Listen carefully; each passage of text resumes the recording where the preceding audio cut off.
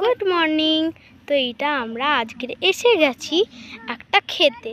তো এখানে আমরা দেখেছি ফল সবজি যেরকম ফুলকপি, বেগুন আর অনেকগুলো ফুলও দেখেছি।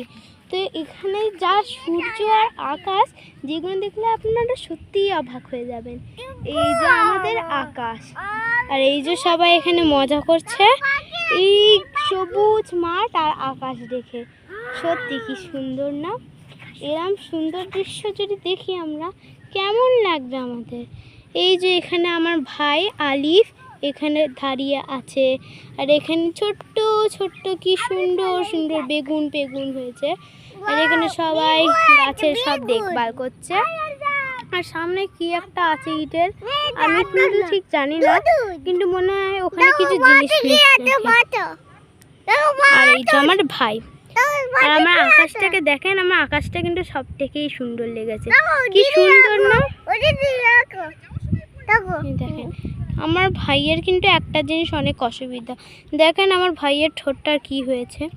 আমার আর একটা বোন আছে যার নাম নৌশিন, তারও ঠোঁট বলে বলে আমার খেতে গেছে। দেখেন আমার ভাইয়ের কেটে গেছে।